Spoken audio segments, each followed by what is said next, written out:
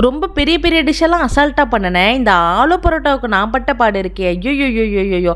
அத்தனை தடவை அது ஸ்டஃபிங் வெளியில் வந்து கிட்டத்தட்ட ஒரு 4 அட்டம்ப்ட்டுக்கு அப்புறமா தான் இது நல்லா வந்துச்சு. சப்பாத்தி மாவை நல்லா சாஃப்டாக பிசைஞ்சு தனியாக எடுத்து வச்சுக்கிட்டேன். ஒரு 3 உருளைக்கிழங்கு வேக வச்சு நல்லா மசிச்சுக்கணும். அது கொஞ்சம் கூட உருளைக்கிழங்கு தெரியக்கூடாது. நல்லா மசிச்சுட்டு அது கூட ஒரு வெங்காயம் வந்து சின்ன சின்னதாக நறுக்கி சேர்த்துருக்கேன். அது கூட பச்சை மிளகாய், கொத்தமல்லி சேர்த்துட்டு இது கூட மஞ்சத்தூள், மிளகாத்தூள், கரம் மசாலா, அதுக்கப்புறம் மல்லித்தூள், கொஞ்சமாக சாட் மசாலா சேர்த்துருக்கேன். சேர்த்து இதை நல்லா மிக்ஸ் பண்ணி இந்த மாதிரி பால் ஷேப்பில் உருட்டி தனியாக எடுத்து வச்சுக்கலாம். இப்போ ரெடி பண்ணி வச்சுருக்க மாவு ஒரு 20 நிமிஷத்துக்கு மேலே ஊறிட்டு அதை எடுத்து நல்லா சின்னதாக ரவுண்டாக ரெடி பண்ணி அதில் நம்ம ரெடி பண்ணி வச்சுருக்க ஸ்டஃபிங்கை உள்ளே வச்சு இந்த மாதிரி மூடிட்டு அதை 2 பக்கமும் ரொம்ப அழுத்தி தேய்க்காமல் லைட்டாக தேய்ங்க.